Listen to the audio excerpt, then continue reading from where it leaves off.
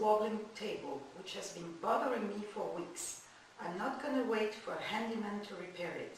So I decided to print on my Zim 3D printer a small piece which doesn't have to look marvelous. It took less than 2 minutes to print it. Look now.